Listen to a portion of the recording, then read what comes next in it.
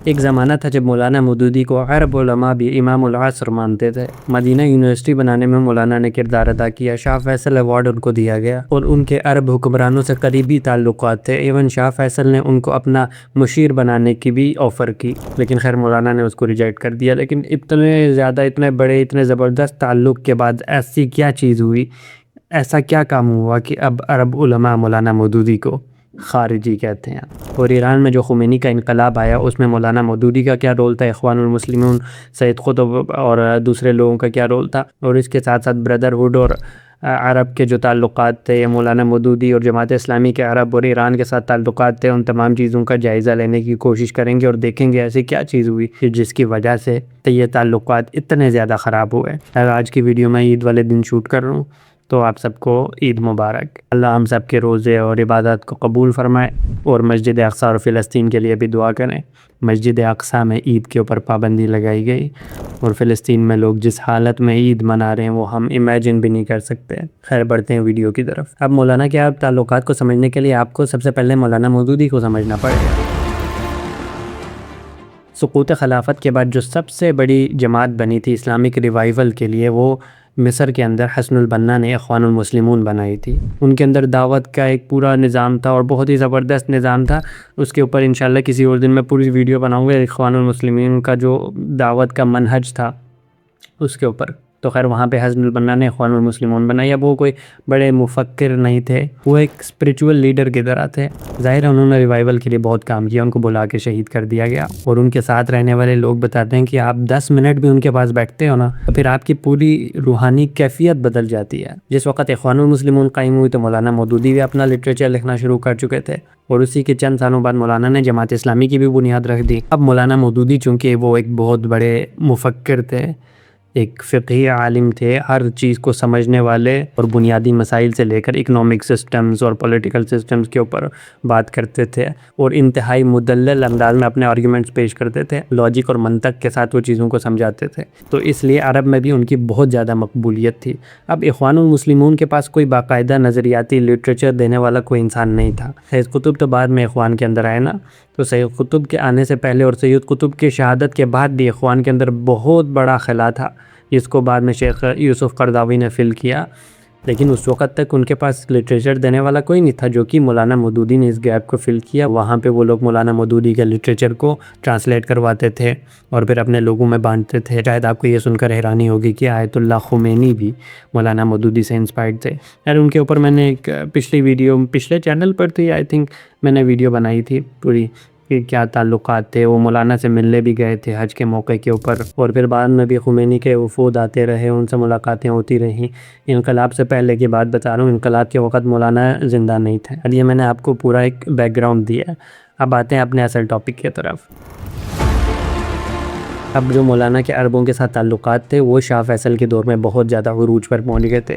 شاہ فیصل مولانا کی بہت زیادہ عزت کرتے تھے، کیونکہ مولانا صرف ایک عام عالم نہیں تھے، وہ ایک مفکر تھے، ان کے پاس اسلامی ریاست کا پورا ڈھانچہ موجود تھا، تو عرب علماء بھی ان کی بہت زیادہ عزت کرتے تھے۔ یہ الگ بات ہے کہ شیخ بن باز، ابن عثیمین وغیرہ نے ان کے کچھ چیزوں کو کاؤنٹر کیا ہے، وہ تو علمی اختلافات ہوتے ہیں جن کو آج کل مداخلہ بہت زیادہ یوز کرتے ہیں۔ علمی اختلاف آپ کو کسی سے بھی ہو سکتا ہے۔ اب آپ دیکھیں گے اس وقت جو مولانا کے اوپر سب سے زیادہ تنقید کرتے ہیں وہ مدینہ یونیورسٹی سے پڑھ کے آتے ہیں۔ اب ان لوگوں کو یہ نہیں پتہ کہ 1961 میں شاہ سعود نے مولانا مودودی کو بلایا تھا، ان کو دعوت دی تھی، اور انہوں نے یہ تجویز پیش کی تھی کہ مدینہ یونیورسٹی یہاں پہ بنانی چاہیے، اور انہی کی تجویز کو مان کر یہ مدینہ یونیورسٹی بنائی گئی، اور اس کے بانی اراکین میں مولانا کو شامل کیا گیا۔ آج مدینہ سے پڑھنے والے لونڈے لپاڑے آ کے مولانا کے اوپر تنقید کرتے ہیں، ان کو گستاخ، کافر اور پتہ نہیں کیا کیا کہتے ہیں۔ اب شاہ فیصل کے دور میں یہ تعلقات عروج کے اوپر پہنچنے کی ایک بہت بڑی وجہ تھی جمال عبد الناصر۔ جمال عبد الناصر عرب نیشنلزم کی بات کرتا تھا، اور مصر کے اندر اخوان کے اوپر بہت زیادہ اس نے مظالم ڈھائے، اور جو سید قطب کو پھانسی دی گئی وہ سید قطب کے اوپر بھی یہی الزام تھا کہ انہوں نے عبد الناصر کو قتل کرنے کی کوشش کی ہے۔ اب شاہ فیصل نے اس آئیڈیا کو کاؤنٹر کرنے کے لیے پین اسلامزم کا نعرہ لگایا۔ مولانا کا سارا لٹریچر ہی پین اسلامزم کے اوپر تھا۔ مولانا کے علمی خدمات کو مانتے ہوئے انہوں نے 1979 میں شاہ فیصل ایوارڈ بھی مولانا مودودی کو دیا، اور اس کے بعد پروفیسر خورشید احمد کو بھی یہ ایوارڈ دیا گیا تھا، وہ بھی جماعت اسلامی کے ایک زبردست قسم کے مفکر تھے۔ اب میں آپ کو ایک انٹرسٹنگ سٹوری سناتا ہوں۔ 1950s اور 60s میں جب اخوان المسلمون کے اوپر گھیرا تنگ کیا یا ان کے اوپر مظالم کیے گئے، مصر کے اندر، تو پھر شاہ فیصل نے سعودی عرب کے اندر ان کو پناہ دی۔ 1954 میں عبد القادر عودہ وغیرہ کو بھی پھانسیاں ہوئی، تو اس کے بعد تمام جو اخوانی رہنما تھے وہ آ گئے سعودی عرب کے اندر۔ اب یہ کوئی چھوٹی چیز نہیں تھی کہ اخوانی فکر کے لوگ سارے اٹھ کے سعودی عرب کے اندر آئے، اور پھر شاہ فیصل نے ان کو بہت اچھے سے ٹریٹ کیا، ان کو ایسے ہی نہیں کہیں بند کر کے رکھ دیا۔ شاہ فیصل نے بڑی بڑی یونیورسٹیز میں ان کے پروفیسرز کو کھپایا، اخوان کے لوگوں کو، ایون سید قطب کے بھائی محمد قطب وہ بھی وہاں پہ پڑھانے لگے۔ اور شاید آپ کو یہ جان کر حیرانی ہوگی کہ وہاں پہ ابھی جو سلفی علماء ہیں ٹاپ کے، شیخ ظفر الحوالی وغیرہ، وہ بھی محمد قطب کے اسٹوڈنٹس ہیں، جو کہ آج کل انفارچونیٹلی جیل میں ہیں۔ تو یہ اتنے زبردست تعلقات تھے سعودی عرب کے اندر۔ اب یہ تعلقات کیوں خراب ہوئے اس کے اوپر بھی آتے ہیں۔ اور دوسری طرف شیخ قرداوی جیسے علماء بھی ہیں، وہ بھی مولانا مودودی کو اپنا فکری امام مانتے ہیں۔ اب اس کے اوپر میں نے الگ ویڈیو بنائی ہوئی ہے، میں یہاں پہ اس کو مینشن نہیں کروں گا۔ اب 1979 میں ایران کے اندر جو انقلاب آیا، اس نے پوری دنیا کو ہلا کر رکھ دیا۔ اب جتنے بھی عرب ممالک تھے وہ اس انقلاب کو اپنے لیے ایک خطرہ سمجھتے تھے، کیونکہ وہ سمجھتے تھے کہ یہاں سے انقلابات کو راہ مل جائے گی۔ یہ لوگ ڈیموکریسی کو اپنے لیے خطرہ سمجھتے ہیں۔ یہ لوگ اس طرح کی کسی بھی تحریک کو، اس طرح سے ہوا تحریک اٹھی تھی، تو اس طرح کی کسی بھی تحریک کو، انقلاب کو اور پروٹیسٹ وغیرہ ان سب چیزوں کو الاؤ نہیں کرتے۔ وہ کہتے ہیں کہ پروٹیسٹ کو بھی الاؤ نہیں کرتے، کہ اس سے ان کی مونارکیز کو خطرہ ہوتا ہے، تو اس لیے وہ خطے میں ایسا کوئی انقلاب برداشت نہیں کر سکتے تھے۔ لیکن جہاں عرب حکمران اس کو اپنے لیے خطرہ سمجھتے تھے، وہیں مولانا نے اس کو عین اسلامی انقلاب قرار دیا۔ مولانا نے خمینی کی بھرپور تائید کی، بہت زیادہ ان کو سپورٹ فراہم کیا۔ اب مولانا کے خمینی سے 1963 میں تعلقات بن گئے تھے، کیونکہ خمینی اس وقت مشہور بھی نہیں تھا، لوگ اس کو جانتے نہیں تھے۔ اگر زیادہ سے زیادہ ان کی جان پہچان تھی تو وہ ایران کے اندر تھی، باہر اس کا کوئی بھی اتنا تذکرہ نہیں تھا۔ لیکن مولانا چونکہ عرب و عجم کے امام بن چکے تھے اس وقت چونکہ ایرانی انقلاب نہیں آیا تھا اور ایران کے عوام کے اوپر مظالم ہو رہے تھے، تو انہوں نے مولانا مودودی کو ان تمام چیزوں سے آگاہ کیا۔ تو مولانا نے شاہ کے اوپر بہت زیادہ تنقید کی، اور مولانا کے بیٹے بھی بتاتے ہیں کہ مولانا آخری سانس تک ایرانی انقلاب کے لیے کوششیں کرتے رہے اور رائے عامہ کو ہموار کرنے میں بہت زیادہ کردار ادا کیا۔ اب یہ ٹاپک سے ریلیونٹ نہیں ہے، لیکن ایک اور چیز میں آپ کو بتا دوں کہ یہاں پہ بہت سے اہل حدیث علماء نے بھی شاہ کے خلاف خمینی کی سپورٹ کی تھی۔ اب چونکہ خمینی کا نظریہ اتنا کلیئر نہیں تھا، جب وہ انقلاب آیا تو اس کے بعد انہوں نے یہ ساری چیزیں کی، جو اسلامی ریاست بنانا اور یہ ساری چیزیں، لیکن اس سے پہلے تو اتنا کچھ نہیں تھا۔ بس وہ شاہ کے مظالم تھے، اس کے خلاف تحریکیں تھے جو علی شریعتی۔ بیسیکلی جتنا میں نے ایرانی انقلاب کو پڑھا ہے، جو اس کا سارا کریڈٹ جاتا ہے وہ شریعتی ہو جاتا ہے۔ شریعتی کا جو سرخ شیعت کا نظریہ تھا، تو اس نے شاہ کے خلاف ایک زبردست نفرت پیدا کی، اور بہت سے لوگ یہ بھی کلیم کرتے ہیں کہ جو سوشلسٹ انقلاب آنے والا تھا اس کو کاؤنٹر کرنے کے لیے خمینی کو لانچ کیا گیا۔ خیر یہ ایک الگ ڈیبیٹ ہے۔ اب چونکہ مولانا اس کو بہت زیادہ پروموٹ کر رہے تھے، بہت زیادہ جماعت اس کو سپورٹ کری تھی، تو عرب حکمرانوں کے ساتھ مولانا کے تعلقات تھوڑے سے خراب ہونا شروع ہوئے۔ خیر اس طرح کی چیزیں چلتی رہیں جس کی وجہ سے تعلقات تھوڑے سے خراب ہوئے، لیکن جس چیز نے سب سے زیادہ ان تعلقات کو خراب کیا وہ تھی 1990 میں امریکہ کے اڈوں کا بنانا سعودی عرب کے اندر۔ آپ ایک چیز نوٹس کریں گے، جتنا بھی عالم اسلام کے اندر گند آیا نا، وہ 1990 میں یہ جو اڈے یہاں پہ بنے ہیں اس کے بعد آیا۔ چاہے وہ مداخلہ کا کینسر ہو، چاہے وہ علماء کو جیلوں میں بند کرنا اور علماء کے اوپر مظالم، امریکہ کو اڈے دینے کے بعد، اور ایک اور جو بڑا فیکٹر ہے وہ پیٹرو ڈالر کا جو معاہدہ ہوا تھا، اس وجہ سے یہ دو چیزیں جس کی وجہ سے پورا عالم اسلام تباہ ہو گیا۔ اب جب 1990 میں صدام حسین نے کویت کے اوپر حملہ کیا اور کویت کو فتح کر لیا ایک طرح سے، تو پھر سعودی عرب کو خطرہ محسوس ہوا، اور امریکہ نے پروپیگنڈا کیا، امریکہ نے ان کو بیوقوف بنایا کہ صدام تمہارے اوپر حملہ کرے گا، ہم تمہیں پروٹیکٹ کریں گے۔ تو چونکہ گلف کے پاس اپنا کچھ بھی نہیں تھا، نہ ابھی ہے، نہ تب ان کے پاس کوئی اپنا سیکیورٹی سسٹم تھا، اپنی آرمی اور یہ ساری چیزیں تھیں، نہ اب ان کے پاس صرف پیسہ ہے اور پیٹ ہے۔ ابھی یہ اڈے دینے کے خلاف عرب کے اندر سے ہی بہت زیادہ مزاحمت ہوئی۔ جو صحوہ کے علماء تھے، سلمان العودہ اور ظفر حوالی وغیرہ، اور دوسرے بھی بہت بڑے بڑے علماء تھے، سلیمان العلوان وغیرہ، تو انہوں نے بھی وہاں پہ بہت زیادہ اس کی مخالفت کی اور ان کو جیلوں میں بند کیا گیا۔ اور اس کے ساتھ ساتھ اخوان نے بھی اس کی شدید مخالفت کی، اور ادھر پاکستان میں اس وقت قاضی صاحب امیر ہوتے تھے، انہوں نے بھی بہت زیادہ اس کی مخالفت کی۔ اور یہ مخالفت سعودی عرب کے لیے ایک بہت بڑا دھچکا تھی کہ جن تحریکوں کو ہم سپورٹ کرتے رہے، اخوان کو ظاہر ہے عبد الناصر کے پنجے سے نکال کر یہاں پہ انہوں نے جگہ دی، ان کو نظریات بھی یہاں پہ بہت زیادہ فروغ پائے، تو پھر انہوں نے کہا کہ یار ہم ان کی سپورٹ کر رہے تھے، اب تو یہ سارے ہمارے خلاف ہو گئے۔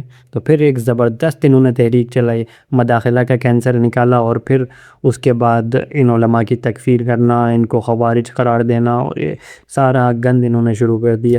اب شیخ بن باز ایک معتدل عالم ہے، لیکن انہوں نے بھی فتویٰ دے دیا کہ یہاں پہ بیسس کا ہونا کوئی مسئلہ نہیں ہے۔ تو عرب کے اندر صحوہ تحریک علماء اور نوجوان تھے، انہوں نے بھی بڑی بڑی تحریکیں چلائیں، لیکن خیر انہوں نے بہت برے طریقے سے اس کو سپریس کر دیا۔ اب یہ جو مدخلیت یہ نکالی ہی اسی لیے گئی تھی، ان کو پروموٹ اسی لیے کیا گیا تھا تاکہ جو پولیٹیکل اسلام کے لوگ بات کرتے ہیں، جو اسلامی تحریکیں ہیں، ان کو سپریس کیا جا سکے، ان کے نظریات کو فروغ پانے سے روکا جا سکے۔ اور انہوں نے سید قطب کو خارجی قرار دیا، مودودی صاحب کو بدعتی قرار دی، مدینہ یونیورسٹی سے نکلنے والے لوگ جس کا آئیڈیا ہی مولانا مودودی نے دیا تھا، وہ بعد میں آ کے کہنے لگے یہ تو بدعتی ہے۔ اور مدخلیزم کے اوپر میں نے ویڈیوز بنائی ہوئی ہیں، میں نے بہت کام کیا ہے اس کے خلاف، آپ وہ ویڈیوز دیکھ سکتے ہیں۔ اور بہت سی ویڈیوز ہوتی ہیں جو یہاں پہ یوٹیوب کے اوپر لگانا پاسبل نہیں ہوتا، تو انسٹاگرام پہ میں وہ ساری ویڈیوز ڈالتا ہوں، تو آپ انسٹا پہ بھی فالو کر سکتے ہیں، لنک آپ کو شاید ڈسکرپشن میں مل جائے گا، یا وہ آپ 3.0 اکاؤنٹ کا نام ہے، میں لگا دوں آگے۔ تو اس طرح سے یہ تعلقات میں اتار چڑھاؤ میں نے سارا ایکسپلین کر دیا۔ لیکن اب جب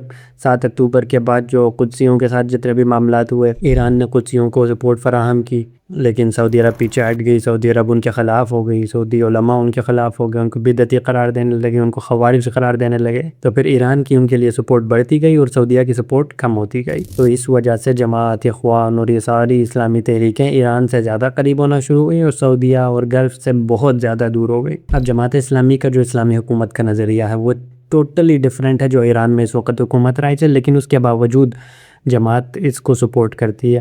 اس کی ریزن یہ ہے کہ یہ فرقواریت سے اوپر اٹھ کے سوچتے ہیں، کیونکہ ایران کی اپنی ایک فقہ ہے، اپنے اصول ہیں، تو ٹھیک ہے وہ وہاں پہ جو اسلامی اصولوں کو ٹھیک سمجھتے ہیں وہ اس کو اپلائی کر رہے ہیں۔ جو سب سے بڑی ریزن ہے وہ یہی ہے کہ استعمار کے آگے ڈٹ کر ایران مقابلہ کر رہی ہے ان سے، لیکن جماعت اور ایران کی قربت کی قربانی دینی پڑی کہ سعودی عرب کا ناراض کر دیا۔ لیکن ایک طرح سے آپ دیکھیں تو سعودی عرب نے ناراض ہونا ہی تھا، سعودی عرب نے ان کے خلاف ہونا ہی تھا۔ اس کی ریزن یہ ہے کہ جو MBS اور MBZ، ٹھیک ہے، یہ دو نام، ان دونوں کی سوچ دوسرے جو عرب حکمران تھے ان سے بھی کافی زیادہ ڈیفرنٹ ہے۔ اسلاموفوبس کو سپورٹ کرتا ہے، غزہ کے اندر جاسوس بننے کی کوشش کی، سوڈان میں جو اس نے کیا اس کے اوپر میری ویڈیو پڑی ہے، جو لیبیا میں اس نے کیا، تو جہاں بھی مسلم ممالک پس رہے ہوں گے وہاں پہ اس کا گن ملے گا۔ ایون اپنا ادھر بلوچستان میں بھی، بلوچستان میں علیحدگی تحریکوں کو یہ سپورٹ کرتے ہیں۔ اچھا یہاں پہ میں ایک اور چیز ایڈ کر لوں کہ بہت سے لوگ آپ کو ملیں گے جو آ کے بولیں گے کہ جماعت اسلامی نے ایران کے خلاف کبھی بات نہیں کی، جو اس نے سیریا میں مظالم کیے اس کے خلاف تو کبھی بات ہی نہیں کی۔ یہ میں آپ کے ساتھ کچھ پوسٹیں شیئر کر رہا ہوں۔ جماعت اسلامی نے ہمیشہ ایون اتنے زبردست ایران کے ساتھ تعلقات اور ایران کی سپورٹ کے باوجود سیریا کے مظالم کے خلاف آواز اٹھائی ہے، اس کے خلاف بات کی ہے۔ ایون جو تحریک اسلامی کی وہ شاخ جو کہ سب سے زیادہ مصیبتوں کا شکار ہے، جو کہ پوری دنیا کے استعماری طاقتوں کے سامنے اکیلے ڈٹ کر کھڑی ہے، اس نے بھی سیریا کے اندر مظالم کو اپوز کیا، اور وہاں سے سیریا حالانکہ ان کی سپورٹ کرتا تھا، بشار الاسد ان کو سپورٹ کرتا تھا، لیکن اس کے باوجود انہوں نے بشار کی سپورٹ نہیں کی اور پھر ان کو وہاں سے نکلنا پڑا۔ اسلامی تحریکیں آج بھی اپنے اصولوں کے اوپر کھڑی ہیں، ان کے اصول نہیں بدلتے، ممالک کی پالیسیز بدل جاتی ہیں، اصول سیم رہتا ہے۔ جن ممالک کی پالیسیز بدلتی ہیں ان کے ساتھ پھر تعلقات ٹھیک ہوتے ہیں یا خراب ہوتے ہیں، وہ ممالک کی پالیسی کی وجہ سے ہوتے ہیں۔ تحریک اسلامی کا نظریہ وہی ہے جو شروع دن سے تھا، اور ایک اعتدال کے ساتھ چلتے ہیں، نہ اس طرف کی ایکسٹریمزم کو جاتے ہیں جہاں پہ مداخلہ پہنچے ہوئے، نہ دوسری سائڈ کی ایکسٹریمزم پہ جاتے ہیں جہاں پہ دولہ والے پہنچے ہوئے، اور ایک بیلنسڈ اپروچ اپناتے ہیں۔ اس ویڈیو میں نے کوئی خاص اس طرح کی ریسرچ وغیرہ نہیں کی کیونکہ بہت سی چیزیں اویلیبل نہیں ہوتی، تو پہلے سے جتنی چیزیں میں جانتا تھا میں نے اس کو تھوڑا سا وہ جمع کر کے بیان کرنے کی کوشش کی، تو اس لیے اگر کوئی غلطیاں ہوں گی تو آپ کمنٹس میں لکھ سکتے ہیں۔ ملتے ہیں نیکسٹ ویڈیو میں۔